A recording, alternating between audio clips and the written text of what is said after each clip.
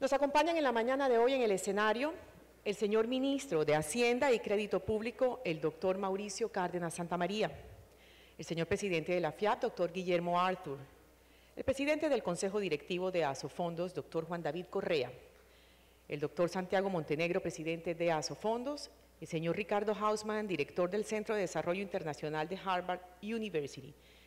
Invitamos al señor Ministro Cárdenas para que nos haga su presentación. Bienvenido, señor Ministro.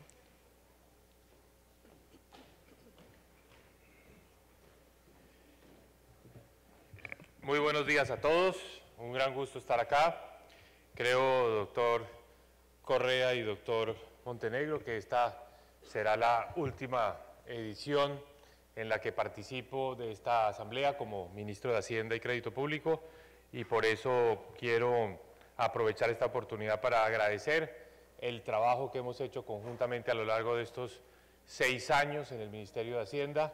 Creo que muy productivos para el sector del ahorro previsional colombiano, muy productivos para su crecimiento, para definir sus estrategias y enfrentar todos los retos que hemos tenido en estos años, especialmente después del choque petrolero. Siempre ha sido un gusto venir a esta reunión porque aquí no solo se discuten los temas del sector, no solo se analiza el aspecto puramente previsional, sino que es un magnífico escenario para hablar de la situación macroeconómica del país. Saludo a todos los miembros del panel, a los honorables congresistas que están aquí acompañándonos, el representante Rafael Romero, gran aliado de la Comisión Séptima de la Cámara de Representantes, un gran apoyo el que nos ha dado en todas nuestras iniciativas. Llevamos más de 40 leyes que hemos promulgado en el Congreso de la República en el sector de Hacienda en estos últimos 6 años. También veo al representante Ciro Ramírez, recién elegido senador de la República. Cordial saludo, y veo que están llegando otros de los congresistas. Y a todos los participantes. Voy a aprovechar estos minutos para contarles un poco cuál ha sido la evolución de la economía colombiana y terminar haciendo algunas reflexiones sobre el tema puntual que nos ocupa, que es el tema pensional.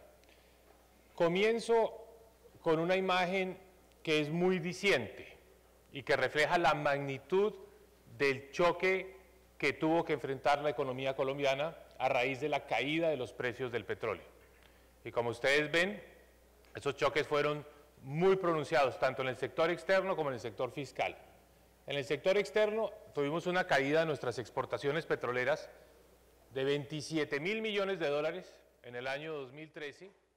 El año pasado fueron 10.000 millones de dólares. Es una caída del 60%. Y eso que el año 2017 ya fue un año de mejores precios, algo de recuperación frente al año 2016, que fue el peor año en materia de ingresos por exportaciones de petróleo, cuando las exportaciones no alcanzaron a llegar a los 8.700 millones de dólares. Tal vez el efecto más fuerte desde el punto de vista macroeconómico fue el que se dio sobre las finanzas públicas. Nosotros a lo largo de los años habíamos ido generando cierta dependencia de ingresos petroleros por parte del gobierno nacional. En el año 2013, insisto, el año pico, que fue el año de mejores precios y mayor producción de petróleo, el 20% de los ingresos del gobierno provino del sector petrolero. Esto fue cerca de 24 billones de pesos. Y el año pasado esos ingresos fueron de apenas 2.6%. Es una caída en los ingresos fiscales provenientes del petróleo del 89%. Y aquí también se repite que el año 2017 ya fue un poco mejor que el año 2016, en el que prácticamente no tuvimos ningún ingreso para el gobierno nacional de fuente petrolera. Y como si esto fuera poco, tuvimos también una caída en la inversión extranjera, porque por supuesto con menores precios del petróleo, menos inversión, menor número de proyectos es rentable, y la inversión extranjera en el sector petrolero, que llegó a ser de 5.100 millones de dólares en el año 2013, el año pasado fue de 3.500 millones de dólares, un poco más de lo que había sido en el 2016, con 2.400 millones de dólares. Entonces, ¿qué fue lo que pasó? Las exportaciones se cayeron en un 60%, los ingresos fiscales perdimos una quinta parte y la inversión extranjera en petróleo cayó en un 32%.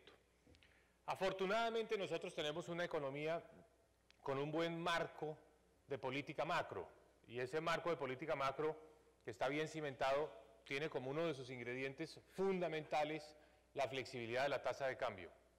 Es un gran atributo que tiene nuestra economía. Cuando cae el precio del petróleo, cuya caída fue de más del 70%, casi que como reflejo, un espejo de esa caída del precio del petróleo, se produce la devaluación del peso en una proporción similar, y muy rápidamente tuvimos que acostumbrarnos de pasar de una economía donde el dólar estaba normalmente alrededor de los 1.800 pesos a una economía donde el nivel promedio ha estado más cerca de los 3.000 pesos. Y nos acomodamos. Al principio nos llovían las críticas. Me acuerdo muchísimo una carátula de la revista Semana que decía: el país está empobreciendo. Claro, porque todos nos medíamos en dólares y todos valíamos menos. Nuestros ingresos, nuestras propiedades, en fin, todo valía menos. Los activos de las empresas, todo valía menos. Y muchas voces, digamos, se hicieron sentir en ese momento para que el gobierno y el Banco de la República hicieran algo para evitar la devaluación. Mi opinión personal es que era muy importante que se diera esa devaluación rápido para, pues, enviar una señal de precio que nos permitiera cambiar el comportamiento en algunas de las áreas más importantes para la economía y particularmente en materia de importaciones. Veníamos importando mucho, era necesario mandar esa señal de precio para reducir las importaciones, cosa que efectivamente ocurrió y fue muy afortunado porque este es un país que venía en los años del auge petrolero teniendo un déficit de la cuenta corriente, que es más o menos el equivalente al déficit comercial, es decir, la diferencia entre exportaciones e importaciones, del orden de 10.000 millones de dólares al año. Ese fue nuestro déficit en los primeros años de esta década. De repente, muy súbitamente, con la caída del precio del petróleo y la caída de las exportaciones, ese déficit se duplicó. Pasamos a tener un déficit de cuenta corriente de 20.000 millones de dólares. 20.000 millones de dólares, en ese momento, eran más del 6% del Producto Interno Bruto. Y aquí, economistas tan prestigiosos como Javier Sala y Ricardo Hausmann saben perfectamente que un país que tenga un déficit de cuenta corriente del 6% del Producto Interno Bruto inmediatamente entra en una zona roja, una zona de alto riesgo, donde los inversionistas en cualquier momento le retiran la confianza y le dejan de prestar, dejan de financiar ese déficit, y los países ajustan esos déficits normalmente de manera muy drástica, muy abrupta, con un gran costo, con grandes recesiones. Esa es la historia de los ajustes, de los desequilibrios externos. Entonces nosotros teníamos que hacer un ajuste del desequilibrio externo, pero suave, fluido, sin traumatismos, y fue lo que ocurrió. Ya este año tenemos otra vez un déficit de 10.000 millones de dólares, otra vez 3% del Producto Interno Bruto, perfectamente financiable, perfectamente sostenible. Incluso con los precios del petróleo que estamos viendo hoy en día, el déficit de este año va a estar por debajo del 3% del PIB, probablemente algo así como 2.9%, el déficit de la cuenta corriente. Entonces, este fue un gran problema que tuvimos que sortear y lo sorteamos bien, evitándonos una crisis. El otro episodio de la historia de Colombia donde se acumuló un déficit de la cuenta corriente tan alto como este, el ajuste fue abrupto y generó una recesión. Eso ocurrió en 1999. Esta vez nos ahorramos la recesión e hicimos el ajuste de la cuenta corriente a punta de cambios en los precios relativos y particularmente en la tasa de cambio. Por cierto, es paradójico que en estos días, a raíz del aumento del precio del petróleo, pues el peso colombiano se ha vuelto a revaluar. Hoy estamos con una tasa cercana a los 2.700. Nos acostumbramos ya tanto a los 3.000 pesos que ahora la gente reclama. ¿Por qué no volvemos a los 3.000?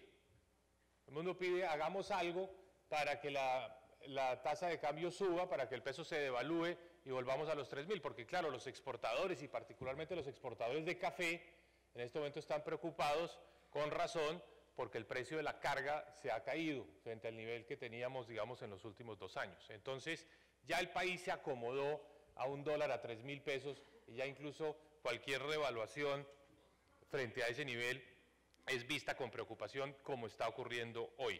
Mucha gente me pregunta, ¿qué va a pasar con el dólar? Nosotros no tenemos la bola de cristal, ni controlamos ni manejamos la tasa de cambio. Lo que yo sí puedo decir es que, en mi opinión personal, el aumento de los precios del petróleo de los últimos días es temporal. No creo que sea permanente y obedece naturalmente a todos estos efectos de la geopolítica y particularmente los conflictos en el Medio Oriente. Y también hay que esperar el aumento de tasas de interés en la Reserva Federal en los Estados Unidos, que se va a dar y seguramente va a ser más rápido de lo que se esperaba. Y eso también seguramente va a generar una tendencia hacia la devaluación del peso o hacia el fortalecimiento del dólar. De manera que yo no creo que esta tasa de 2.700 sea una tasa duradera. Creo que el dólar está barato, para ponerlo en términos claros. Bueno, ese fue el choque tremendo. Fedesarrollo hace poco hizo un recuento de choques similares en la historia económica de Colombia, por lo menos desde que tenemos buenas cifras, y encontró que solamente hay 2 episodios adicionales donde las exportaciones cayeron tanto. La guerra de los 1000 días, que fue nuestra guerra civil al final del siglo XIX, y la Gran Depresión de los años 30. En esos episodios ocurrió lo mismo que pasó ahora. Las exportaciones totales cayeron a la mitad, por diversas circunstancias, por diversas razones, pero fueron fenómenos parecidos en cuanto al choque en términos de exportaciones. Y obviamente en esos otros 2 episodios el país tuvo unas grandísimas y profundas recesiones, que por cierto duraron varios años. Esta vez no. ¿Cuáles son los indicadores de desempeño que podemos mostrar en ese mismo lapso entre el 2013 y el 2017? El empleo. En el 2013 el país tenía 21 millones de ocupados. El año pasado 22,4 millones. Es decir, el empleo siguió creciendo, el país siguió generando empleos. La tasa de inversión, tal vez el indicador más importante para anticipar el crecimiento económico. La tasa de inversión de Colombia siguió siendo el 27% del Producto Interno Bruto. Por cierto, una de las más altas de nuestra historia. No se debilitó la inversión. Claro, la economía creció menos. Pasamos de ser una economía que crecía al 5% a una economía que está creciendo al 2%. Pero no tuvimos una recesión, no tuvimos un crecimiento negativo. Se desaceleró la economía, pues naturalmente por la caída de las exportaciones, pero también porque tuvimos que enfrentar un fenómeno inflacionario del que voy a hablar en un minuto, con un aumento de la tasa de interés. Pero tal vez lo más relevante son los indicadores sociales, que establecen un clarísimo puente con el tema pensional. El país en el 2010 tenía el 30% de la población en condiciones de pobreza. Y aquí utilizo la definición de Amartya Sen de pobreza multidimensional, que es un concepto más ácido, más exigente, porque no solo mira los ingresos de los hogares, sino que mira otras dimensiones de la calidad de vida de los hogares, como por ejemplo, si la vivienda tiene servicios públicos, si los materiales de construcción de la vivienda son adecuados o no, si los miembros del hogar que están en edad escolar están asistiendo a las instituciones educativas, si el jefe de hogar tiene trabajo. Todas esas son variables que hacen parte de la pobreza multidimensional. Pues bien, en el 2010 el 30% de la población colombiana vivía en condiciones de pobreza. El año pasado el 17%, una reducción de 13% en la tasa de pobreza multidimensional. Nunca se había visto en Colombia en un periodo de 7 años.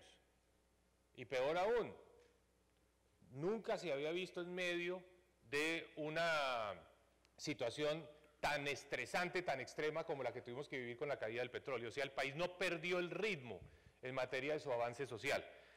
La tasa de desempleo, que en el 2010 era cercana al 12%, bajó al 9% en el 2015, ha aumentado, pero marginalmente. Tenemos una tasa de desempleo el año pasado promedio de 9,4%, en todo caso muy inferior a la que teníamos antes del choque petrolero.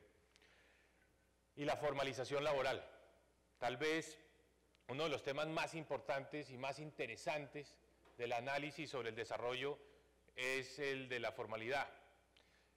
Yo creo que una forma de explicar la mayor cantidad de fenómenos asociados con el subdesarrollo es la informalidad. La informalidad genera todo tipo de problemas, genera bajos ingresos para los trabajadores, genera evasión y elusión en el pago de impuestos, competencia desleal para las empresas que están en el sector formal. En fin, la informalidad resume la gran mayoría de los problemas de los países en desarrollo, y la informalidad es un problema generalizado en nuestras economías en América Latina.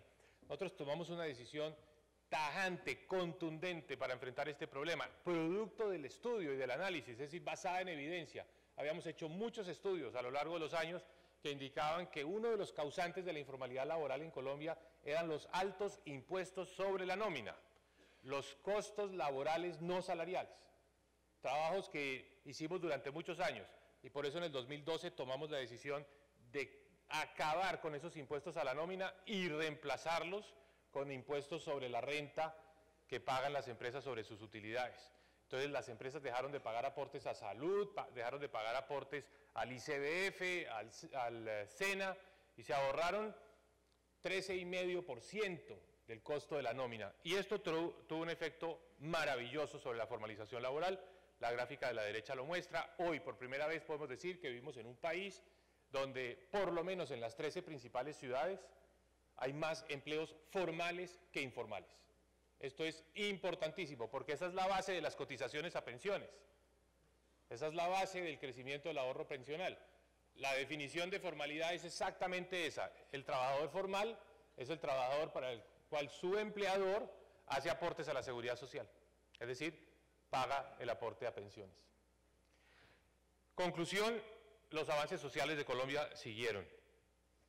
Uno de ellos, también muy importante para las pensiones a futuro, no solo tiene que ver con la formalización laboral, sino con el aumento en el nivel educativo de la fuerza laboral y de los ocupados en el país.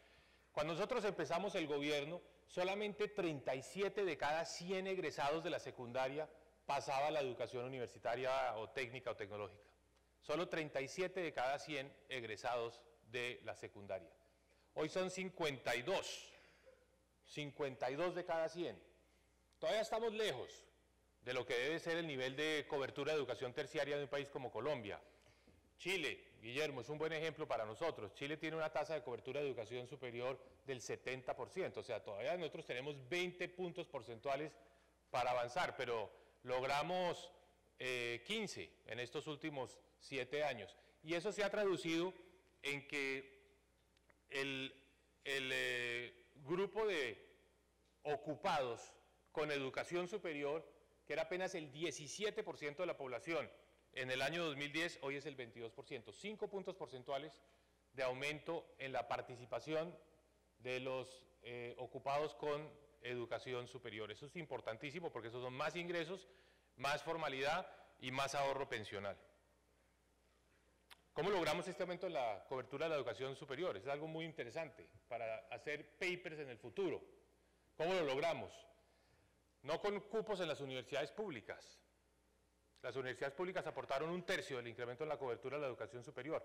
Lo logramos con subsidios a la demanda, a los estudiantes para que escojan, y los mejores estudiantes de los hogares de ingresos bajos, los hogares más pobres del país, a los que tienen los puntajes más altos en las pruebas de estado, subsidio completo para que escojan la universidad donde quieran estudiar. El programa SERPI lo paga. Tenemos en ese grupo 40.000 estudiantes. Bueno, pero no todo, muchas veces, lo decía De Gaulle, gobernar es escoger entre dos males el menos malo. Y eso es lo que un ministro de Hacienda tiene que enfrentar todos los días. Entonces, nosotros sabíamos perfectamente que la devaluación del peso nos iba a generar algunas consecuencias colaterales indeseables. Una de ellas, el aumento de la inflación. Pues porque naturalmente la canasta familiar tiene muchos productos transables, cuyos precios se fijan en función de la tasa de cambio. La inflación se nos subió y estuvimos muy de malas, porque también el factor suerte juega acá. Y justo cuando teníamos que enfrentar ese fenómeno de la transmisión de la devaluación hacia la inflación, nos agarró el peor niño de nuestra historia. Y en Colombia el niño, y esto para nuestros invitados extranjeros, porque en Chile es exactamente al revés, en Colombia el niño es sequía, es una época en la que no hay producción agrícola porque pues con las bajas precipitaciones se destruyen muchas de las cosechas. Y eso justamente nos pasó desde el segundo semestre del 2015 hasta mediados del 2016. Entonces se produjo un aumento de precios de los alimentos y esto exacerbó la inflación. Y vino un elemento adicional que ese no es fortuito, ese fue un elemento desafortunado, que fue el paro camionero de junio y julio del año 2016. Y ahí la inflación llegó al 9%, cuando nosotros estamos acostumbrados a tener una inflación entre el 2 y el 4%. Si uno estuviera sentado en el Banco de Inglaterra, se queda mirando esas gráficas y dice no hay que hacer nada. No hay que hacer nada porque todo esto va a pasar. Todo va a pasar, todos son choques temporales de oferta. Tasa de cambio, precio de los alimentos, paros, todo eso es temporal, se queda quieto. Pero no estamos en Inglaterra, estamos en Colombia y cuando se sube la inflación al 9% se pueden desanclar las expectativas de inflación, que eso es lo peor que le puede pasar a una economía, que todo el mundo espera que la inflación va a ser alta y se ponen en marcha todos los mecanismos de indexación y se genera una gran inercia inflacionaria. Entonces nosotros desafortunadamente, porque no tenemos 100 años de historia de baja inflación, pues tuvimos que hacer lo único que se puede hacer para controlar un fenómeno de inflación y es subir la tasa de interés. Subir la tasa de interés fuertemente, sabiendo que eso tendría un efecto colateral, otro efecto colateral negativo y era enfriar la economía, más allá de lo que se había enfriado por cuenta de la caída del petróleo. Pero gobernar es escoger entre dos males el menos malo. En este caso, lo principal era bajar la inflación. Lo más importante para que una economía funcione es que la inflación esté controlada, cosa que efectivamente logramos. La inflación volvió a su curso, está dentro de la banda y hoy podemos decir que tenemos la inflación en 3.1%, que es justamente la meta. Y obviamente dentro del rango del 2 al 4%. Precisamente por eso, cuando vimos que la inflación ya estaba encaminada hacia al rango meta, pues empezábamos a bajar la tasa de interés. Eso ocurrió desde diciembre del año 2016 y ha bajado la tasa de interés. En 15 días tendremos nuevamente junta directiva del Banco de la República. He visto que ya hoy los analistas están hablando de que hay un cierto consenso sobre la necesidad de bajar la tasa de interés un poco más. Ojalá que sea así, porque la economía lo necesita, la economía necesita ese estímulo adicional. Bueno, otros resultados importantes. Lo que perdimos por inversión extranjera petrolera o minera, lo recuperamos con otro tipo de inversión. Eso también es un gran resultado. Nosotros veníamos en niveles de inversión extranjera en petróleo de 8.000 millones de dólares al año. Eso, como les comentaba hace un momento, se bajó a 2.000, el año pasado 3.000, pero afortunadamente llegó más inversión para construir hoteles en el sector financiero, en el sector del comercio, en el sector de infraestructura, en el sector de las telecomunicaciones. Y la inversión se ha mantenido, la inversión extranjera, en 15.000 millones de dólares. Nosotros podemos financiar el déficit de la cuenta corriente, que les dije hace un minuto que era de 10.000 millones de dólares, pues cómodamente con inversión extranjera. Nos sobra con la inversión extranjera directa para financiar un déficit de cuenta corriente de 10.000 millones de dólares o 3% del Producto Interno Bruto. Otra decisión importantísima que tomamos. Este era un mercado cerrado, totalmente cerrado, para la inversión extranjera de portafolio. ¿Cómo nos habíamos encargado de cerrarlo? Poniendo unos gravámenes altísimos, 25%. Nadie llega a invertir en renta fija con un impuesto del 25%. Y por eso en nuestro mercado de TES había muy pocos participantes extranjeros. El 3% de los TES estaban en manos de extranjeros cuando yo llegué al Ministerio de Hacienda. Hoy es el 26% de los TES. ¿Por qué? Porque bajamos esos impuestos. Sencillo, en esa misma reforma del 2012 redujimos el impuesto y pues eso ha hecho que sea muy atractivo hoy invertir en nuestros papeles de renta fija. Nuestros TES a 10 años dan una tasa del 6%, hoy está a 5.9%, es una de las más bajas históricas. Y esa es una inversión para un país con calificación BBB que siempre ha pagado sus deudas, que tiene un manejo macroeconómico sano, pues es una inversión muy atractiva. Y hemos tenido 20.000 millones de dólares de inversión de portafolio en Colombia en estos últimos años. Eso le ha dado una liquidez adicional al mercado de renta fija en Colombia, especialmente al mercado de deuda pública. En la década pasada, Ricardo Hausmann, que buena coincidencia que esté acá con otros amigos, Andrés Velasco y Dani Rodríguez, hicieron muy populares unos trabajos que cada país se encargó de aplicar bajo esa metodología que se llamaban diagnósticos sobre crecimiento. Entonces cada país bajo una metodología tenía que identificar dónde estaba tallando más el zapato, cuál era el cuello de botella que frenaba más el crecimiento de los países. Y esos trabajos se hicieron para Colombia y para muchos otros países. Y en el caso de Colombia, la conclusión de esos trabajos fue: aquí hay dos restricciones al crecimiento. Colombia no crece más, esto se dijo hace 10 años, o incluso un poco más. Colombia no crece más por dos razones. La primera, por el conflicto, porque los niveles de inseguridad son muy altos, eso espanta la inversión, eso reduce la productividad, las empresas se tienen que dedicar a gastar recursos en actividades totalmente improductivas. Uno, en vez de comprar una maquinaria con tecnología de punta, tiene que comprar unos equipos de seguridad, blindar los carros, cámaras para protegerse. Eso es totalmente improductivo. Y el segundo elemento de ese diagnóstico es: este es un gran país, es un país maravilloso, solamente tiene un gran problema, y es que cuando llegaron los españoles decidieron ubicarse muy lejos de la costa, buscando buenos climas, donde no hay tantas enfermedades tropicales, pero ya hoy, en pleno siglo XXI, eso es un hándicap, porque es muy costoso sacar la producción de allá hacia la costa. Entonces, pues es muy costoso mover a Bogotá hacia la costa.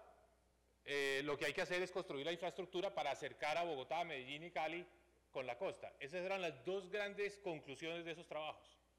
Pues para cualquiera de nosotros, los colombianos, estaban simplemente diciendo lo obvio, lo que hemos sabido toda la vida. Pues este gobierno se dio a la tarea de decir: si esos son nuestros dos grandes problemas, también basados en evidencia, no así que nos inventamos un día que estas eran las políticas públicas que necesitaba Colombia, sino basados en la evidencia, dijimos, pues hay que enfrentarlos directamente. Para reducir la criminalidad necesitamos la paz, necesitamos que las FARC entreguen las armas, que dejen de ser un movimiento guerrillero alzado en armas a convertirse en un partido político sin armas.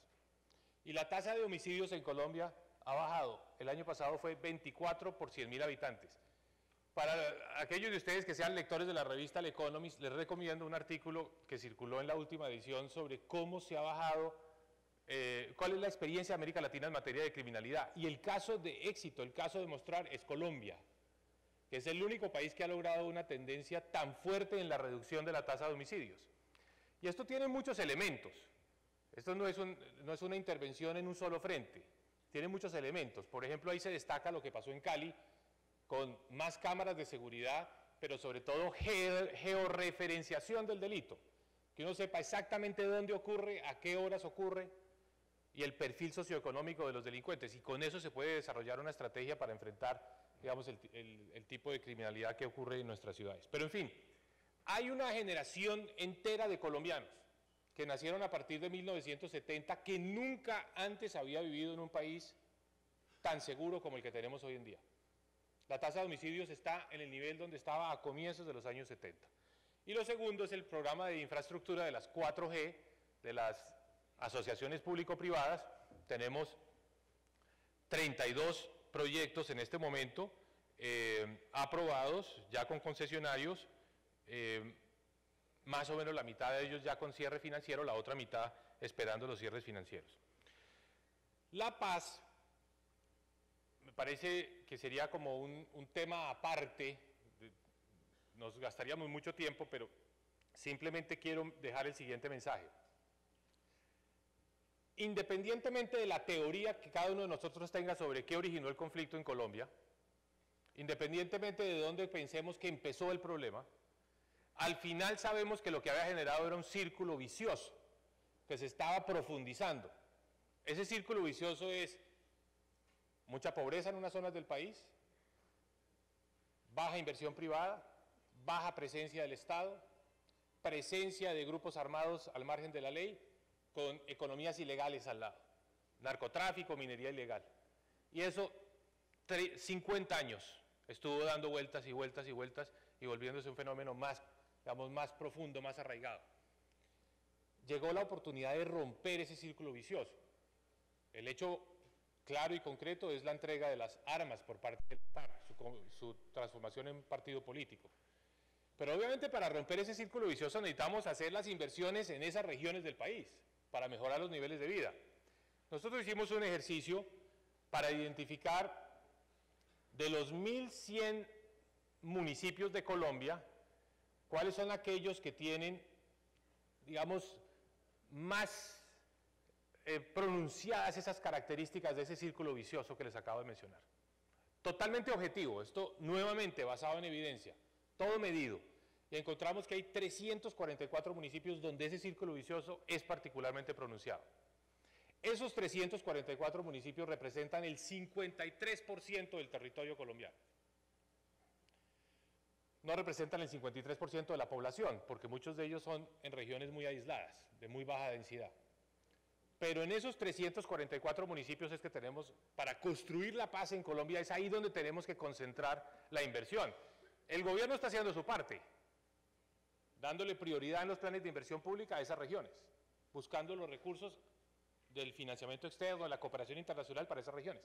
Pero eso no lo vamos a lograr sin el sector privado. Y el sector privado se mueve con incentivos.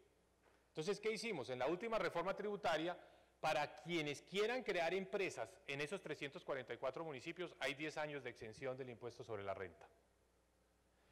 Y más aún, trajimos la experiencia peruana del modelo de obras por impuestos, o sea, cualquier empresa en cualquier parte del país que quiera hacer proyectos de inversión pública, bienes públicos en esas regiones, lo puede hacer.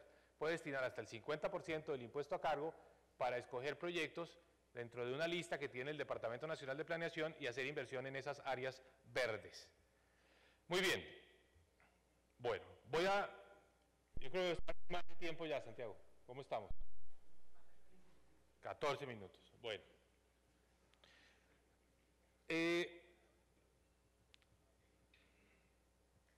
El ahorro previsional colombiano ha jugado un papel muy importante en los últimos años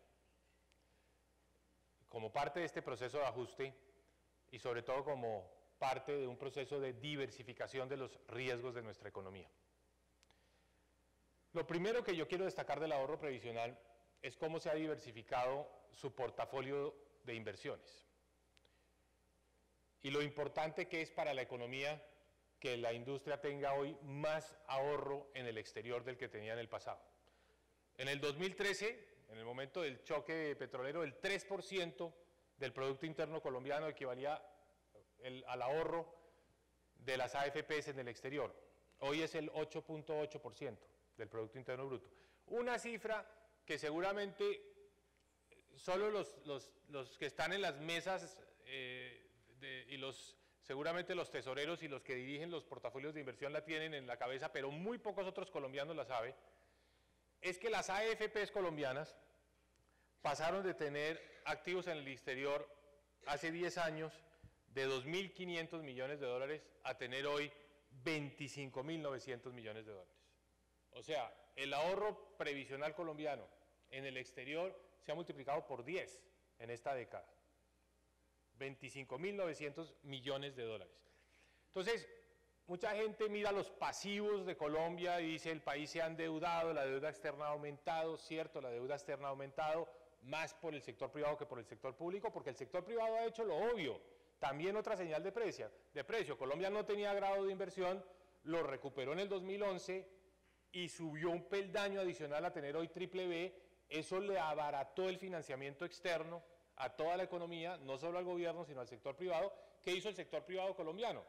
Pues se endeudó más en el exterior, en mejores condiciones. ¿Y qué hizo con eso? Pues más inversión, y mucha de esa inversión la hizo por fuera de Colombia. Por eso hoy el sistema financiero colombiano es dueño del 70% del sistema financiero en Centroamérica. Por eso nuestras empresas del sector industrial también tienen inversiones en el exterior. Entonces, aumentó la deuda externa, y muy especialmente el sector privado. Pero también aumentaron los activos en el exterior del propio sector privado colombiano. Un ejemplo es el ahorro previsional. Nosotros tenemos hoy 26.000 millones de dólares de inversiones en el exterior por parte de las AFPs. Pero piensen, por ejemplo, las de las empresas y hogares, 27.500 millones de dólares. Son las empresas colombianas que han invertido en el exterior. Entonces, ¿qué ha pasado con el mercado de TES? llegan los inversionistas extranjeros, hoy representan un 27%, es la gráfica de la izquierda, la parte roja. Los fondos extranjeros tienen el 27% de los TES, los fondos de pensiones tienen otro 27%, y lo que vemos es otra tendencia que a mí me parece muy positiva, que los bancos comerciales tengan menos TES.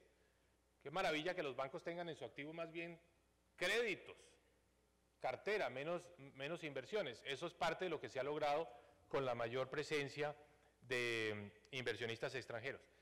Y hay algo que ya es muy detalle de manejo micro del Ministerio de Hacienda, pero que no resisto la oportunidad para comentarlo. Si ustedes miran el mercado de TES hace 10 años, o en esta gráfica en el 2010, hay una gran cantidad de entidades estatales invirtiendo en TES. ¿Qué cosa tan ineficiente? Las entidades estatales haciendo inversiones en TES y el Ministerio de Hacienda pagando esos TES. Nosotros dijimos, no señores, eso no va más. Cuenta única. Toda entidad estatal que tenga excedentes se los tiene que pasar al Ministerio de Hacienda y el Ministerio de Hacienda los invierte. Y eso ha reducido pues, las emisiones de TES y las necesidades de estar pagándole intereses a las mismas entidades del Estado colombiano. Por eso toda esa parte de composición que tiene características oficiales o públicas se ha reducido en la gráfica de la izquierda. Muy bien. Voy a saltarme esto, que es básicamente lo mismo, no creo que tenga más elementos ahí. Entonces, hablemos ahora ya del tema pensional propiamente dicho, me quedan 9 minutos. El tema del día es la reforma pensional. Entonces, sobre esta materia de reforma pensional, yo creo que lo primero que hay que decir es que nosotros hemos estado en una tesis y es que el Banco Interamericano de Desarrollo y la OCDE, cuando vinieron a hacernos un estudio sobre el sistema previsional colombiano, nos dijeron algo que me parece válido, y es: la reforma no es un hito, no es un punto en el tiempo, no es una gran reforma que resuelve todos los problemas, es una serie de cambios, es un continuo de cambios y de ajustes que hay que hacer. Entonces, lo más importante es, este es un proceso, más que un antes y un después, y hemos tenido ese proceso durante muchos años, y lo que tenemos es que continuar en ese proceso. Entonces,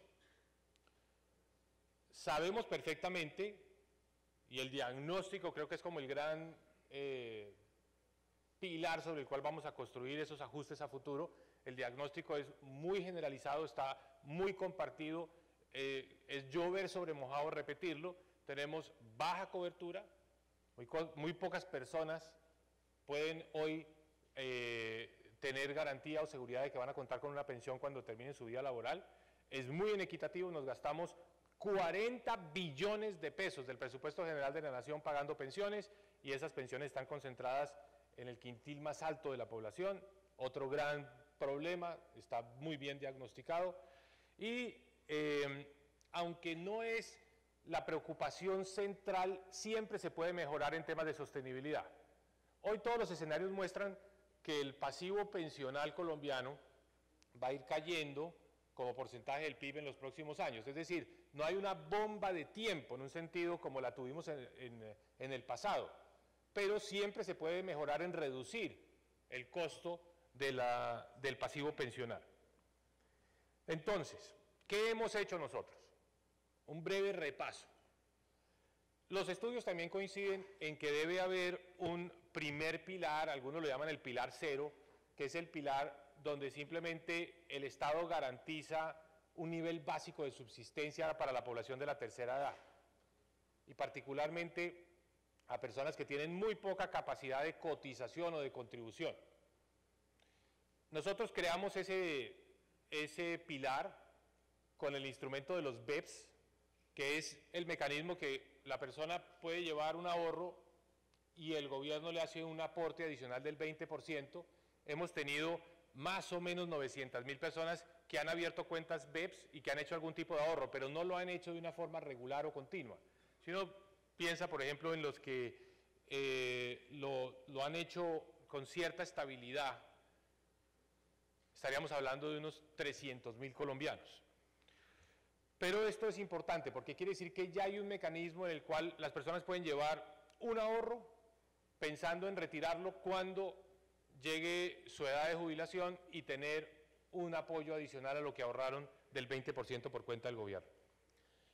Otro elemento de ese primer pilar, el programa Colombia Mayor, un subsidio mensual del orden de 65.000 pesos que hoy lo están recibiendo 1,5 millones de compatriotas colombianos de la tercera edad en condición de pobreza extrema, y subrayo la palabra extrema. Eso nos cuesta 1,5 millones de pesos al año, más o menos. Eso quiere decir que cada persona recibe 1 millón de pesos al año y tenemos 1,5 millones de personas. ¿Cuál es el problema que veo yo acá? Está haciendo curso en el Congreso de la República un proyecto de ley que suena muy bien, que aumenta ese pago mensual, ese subsidio mensual de 90.000 pesos, que es como de 70.000 pesos, que es el nivel que les comentaba hace un minuto, que existe hoy en día, a 190.000 pesos. Porque está expresado como un porcentaje de la línea de pobreza. Eso cuesta 3 billones de pesos. El incremento en el subsidio mensual cuesta 3 billones de pesos. ¿Cuál es la preocupación? La preocupación es que se puede decir, sí, que el subsidio va a ser 190.000 pesos mensuales, pero si no existen los recursos fiscales, el problema va a ser que del 1,5 millones de compatriotas que están recibiendo ese beneficio, pues seguramente pasaremos a una tercera parte, y eso no lo quiere nadie. Entonces, si no hay más recursos, poner un mínimo de subsidio tan alto solamente puede ir en contra del número de personas que recibe ese beneficio, y me parece que eso sería completamente contraproducente. Muchas veces las decisiones judiciales pueden más que grandes reformas legales, y una decisión judicial en la que nosotros nos empeñamos fue la sentencia de unificación de la Corte Constitucional SU 395. Esa sentencia fue fundamental para lograr un objetivo, que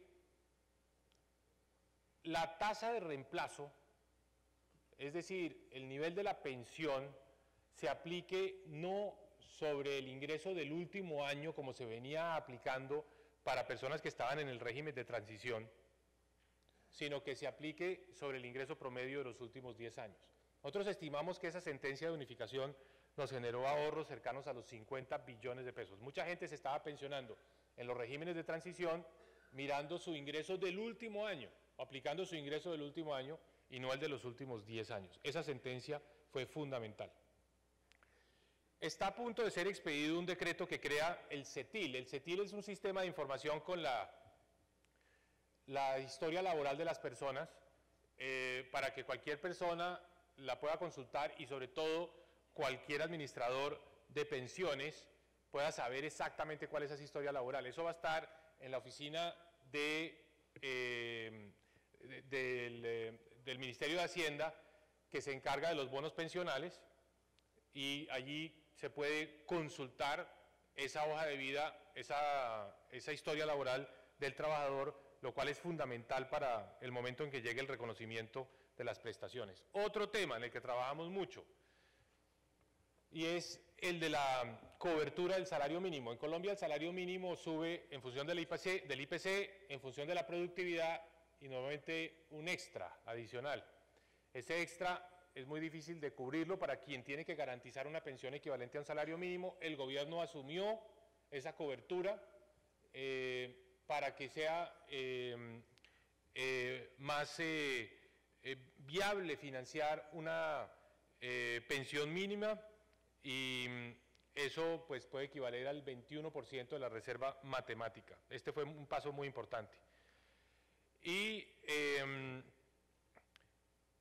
hicimos ajustes digamos,